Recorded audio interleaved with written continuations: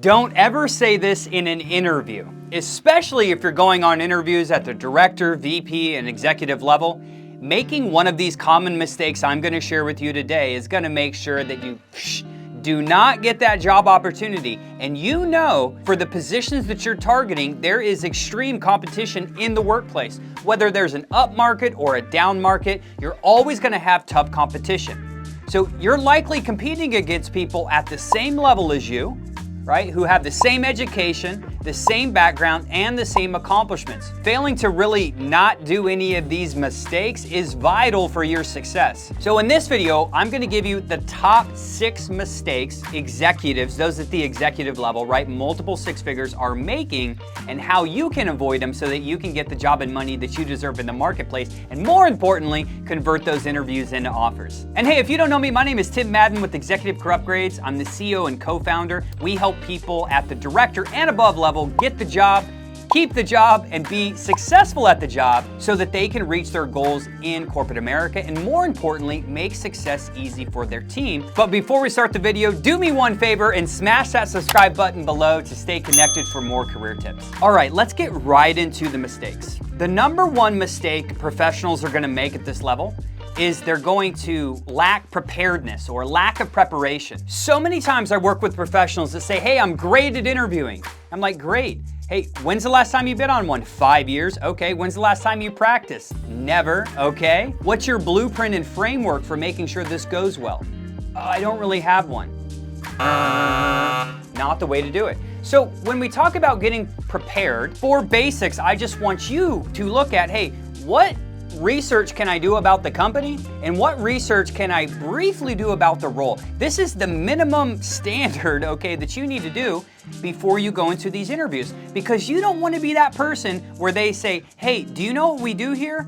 And besides being a manufacturing company, you don't even know what they do. At all levels, that will immediately end, right? So do some research about the company, do some research about the role, and besides that, make sure, right, you're looking over your resume and it's filled with those accomplishments and achievements, and you're kind of picking out through that preparation phase, hey, how does my background, how do my accomplishments convert directly into what they might be looking for? So hey, number one, you have to be prepared. No one shows up to game day without practicing. Even on game day, what do people do? They warm up. Number 2, poor communication skills. Yes, even people who make multiple 6 figures in senior leadership roles have poor communication skills. And hey, I'll be the first to tell you, I'm still working on mine too. But if you go into the interview and you're just talking the whole time, that's not good.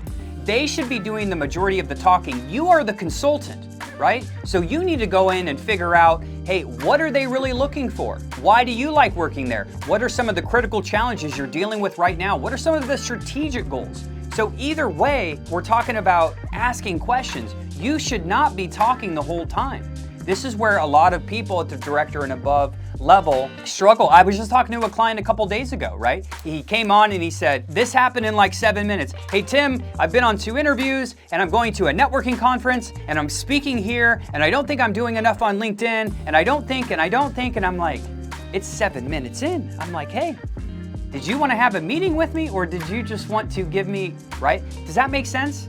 An interview goes both ways, so make sure that you're asking those questions and you're allowing them to communicate back to you. Talking the whole time on the interview is not going to serve you well. Number 3, failure to do storytelling correctly, which really what we're talking about is providing examples. If someone says that they have a turnover problem at their company, I'm probably going to ask them clarifying questions. Go check one of my prior videos where we really get deep into that. I'm probably gonna say, hey, how long has this been going on? Why do you think it's happening? What have you already tried that hasn't worked? See how I'm just trying to clarify more about their challenge? And then I'm providing them an example through storytelling on my past where, hey, when I worked here, here's what I did. Here's the challenge we had, turnover. These are some things I implemented, and this was the positive result. So many people forget to provide these great examples, okay? Think about this, say you're hiring anyone. Do you just want someone to tell you, oh yeah, I can do that. I can help you with turnover, man. I can make sure the books are good. Yeah, sales, no problem. No. The more specific examples I have, the more confidence that's gonna build up of the hiring manager of actually, they know they're making the right decision. So one of the common mistakes executives make is they stay surface level and they don't actually ask the right questions and provide enough examples, and then they wonder why no one calls them back. So hey, don't make mistake number 3. Number 4, the cultural fit, neglecting it. That's important to not do that. Okay? It's great. I know they need sales, right? But to truly win your way in interviews, learning about their culture and then tying in how you fit in is vital. So what's their mission? What's their values of the company?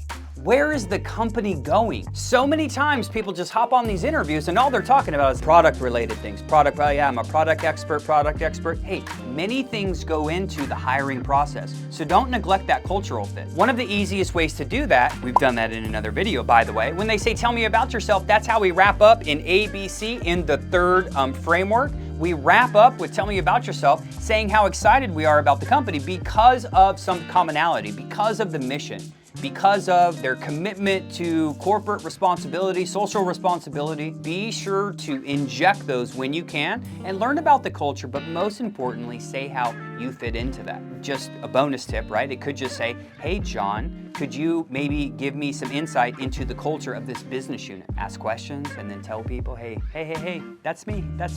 Okay? Number 5, an overemphasis on all these technical skills. Technical skills are important. But give me some person who can show up every day, who's willing to learn, who's willing to have a positive attitude, who's willing to display a lot of those soft skills. Those are so much more vital than the technical skills. You've likely been in the workforce probably 20 years or so if you're watching this video, and you probably know what I mean. While technical skills are important, hey, give me a person who has those soft skills and who's eager and wants to learn. They're always gonna be better team fits. So what you need to do is highlight your soft skills, your emotional intelligence, your communication, your ability to adapt.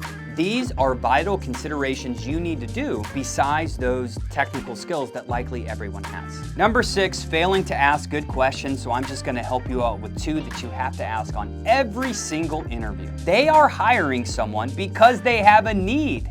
So you need to ask them, hey, I saw the job description, or John told me kind of what you're looking for, but can you break down what's most important for you, what you're looking for in this role? Say it however you want. Hey, can you let me know what are the top 3 priorities? So either way, we have to ask the person in front of us, what are you really looking for in this role? Because here's what happens. You get a 3-page job description that's line by line, all of these technical skills, a couple soft skills, right? Because the reality is, even if you're a tech leader, even if you know software development, even if you know process, that might be the requirement of the job. But if you don't ask, hey, what are you really looking for in this role? They could talk about recruiting and preventing turnover or developing other leaders. And if they're talking about that, right, in that sense, well, guess what? Does it matter how good of a software development manager I am? Not really. We need to highlight our recruitment ability in our previous roles. Does that make sense? So this is what executives fail to do. They fail to ask really good questions in the interview, which helps them respond better, therefore converting those interviews into offer. And number 2, they always forget to ask about the challenges of the company. Every company have challenges. And if you can learn about their challenges, ask clarifying questions, and then provide them solutions based off, remember, the past experiences, okay? It makes it easier to be set apart from your competition. These are the most common mistakes I see executives make. So please take the time to go through these, become aware of them, and make sure you don't make the same mistakes, because here's why. All of these are red alert critical. If you do 5 out of the 6, it's probably still gonna be a fail on the interview.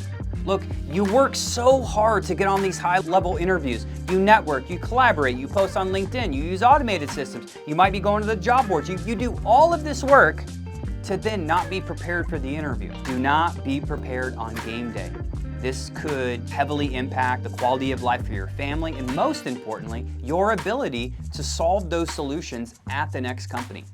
So take interviews extremely seriously. And if you'd like to stay updated with more career advice, do me a favor, smash that subscribe button below, and I'll talk to you again soon.